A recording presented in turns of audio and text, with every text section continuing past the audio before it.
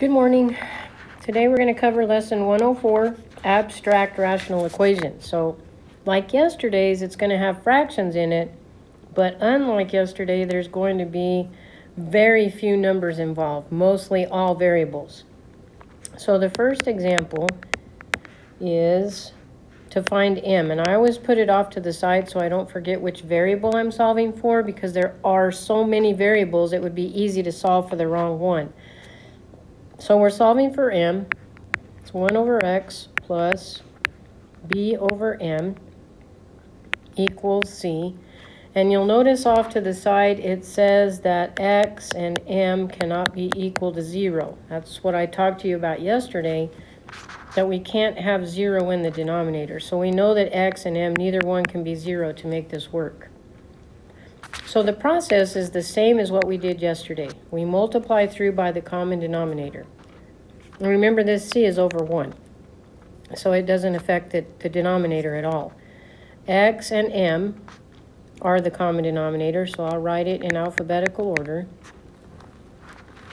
And here we see that x cancels, so we have m times 1, so that's m, plus, here we see that m cancels, and we have x times b, which is bx. And over here, the 1 doesn't cancel anything, so we have to take the entire mx and multiply it by c. So cmx. All right, so now we have just an equation with all variables. We're solving for m, so I need to get all the m's on one side of the equation. You can do this a couple of ways, but I think the easiest way would just be to subtract m and subtract m. So bx is equal to cmx minus m. And now that we have all the m's on one side, we can factor an m out of both of these. So it becomes our greatest common factor, so that would be cx minus 1. We just divide each one of these by m. Cmx divided by m is cx, and m divided by m is 1. And then finally, to get m all by itself, we divide both sides by what's multiplied by m, which in this case is cx minus 1. So then m equals bx over cx minus 1. And there's your answer. So not a whole lot different from what we did yesterday. All right, number 2. Find b, where we have a over b plus c over d is equal to x. And there again, they tell us that b and d cannot be equal to 0. Otherwise, this problem would be undefined. Can't divide by 0. So we multiply through by the common denominator, which is bd. And I'm going to put this over 1 just so we remember. So bd times a over b, the b will cancel, and we'll get d times a, which is ad, plus. Here, the d cancels, and we get b times c is bc. And here, nothing cancels, so we get b dx. All right, this time we're solving for b, right here. So we need to get all the b's on one side. So I'm going to take this guy and subtract him from both sides.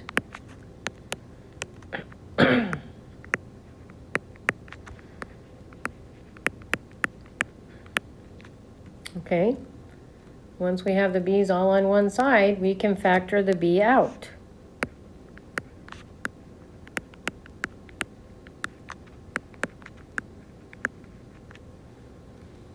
And then, in order to get b by itself, we have to divide by what it's multiplied by, which is dx minus c. So those cancel out, and b is equal to ad over dx minus c. not a real pretty answer to look at. It's not something you can wrap your fingers around and know what it's talking about, but it is the answer. We use this method a lot in chemistry and physics to find equations that then we can just substitute into anytime we're working with a particular equation. So if you're looking for velocity, you'd have a formula for velocity, and you could plug in the time and the distance for that and find the velocity at any time. So you can think of this as kind of being an abstract formula. This is being an abstract formula, okay? All right, next, on the bottom of page 440, find x when a over b minus c equals d over x. So you can probably guess without looking at the book that it's going to tell us that b and x cannot be equal to 0 because we can't divide by 0. So I'm putting that c over 1. Now what is the common denominator here? We have b, 1, and x. So the common denominator is bx, and I'll put that over 1. All right, so here the b's cancel, and we'll get a times x. Minus here, nothing cancels. So we have c times bx, which is bcx. And here the x cancels, so we have b times d. Now this time we're solving for x. And the nice thing about this is that the x's are already all on one side. So at this point we factor an x out of both of these, and we get here a minus bc equals bd. And then to get the x all by itself, we divide by a minus bc, a minus bc. So that cancels, and we're left with x equals bd over a minus bc.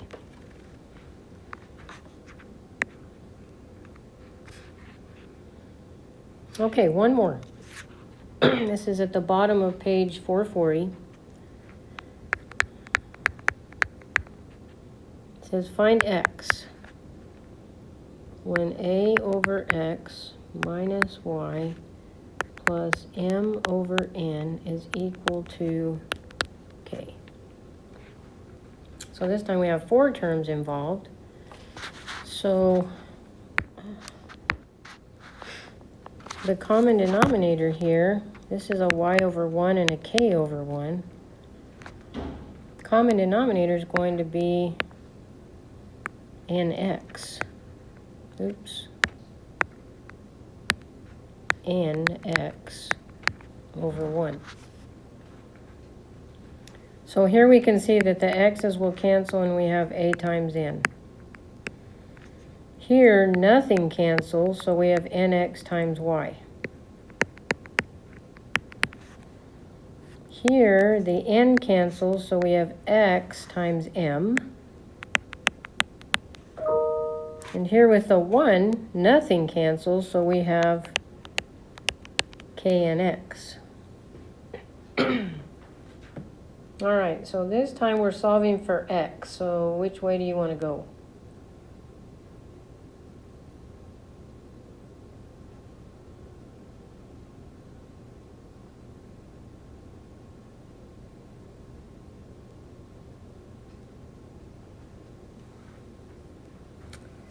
I just don't want this guy to be negative on its own, so I'm going to add nxy and subtract mx, and add nxy, subtract mx over here. So we'll have an equals the knx plus nxy minus mx. And now that all the x's are together, we can factor that x out. When we factor out the x here, we have kn left. When we factor out the x here, we have ny left. And when we factor out the x here, we have m left.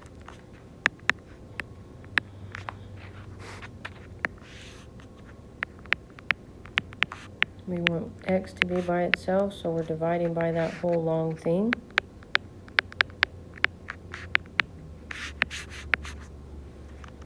So x is equal to an over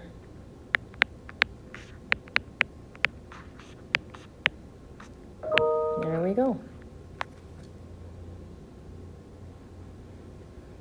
All right, so you can look at the syllabus. Tomorrow's test covers up through, hang on a second, let me move to the calendar.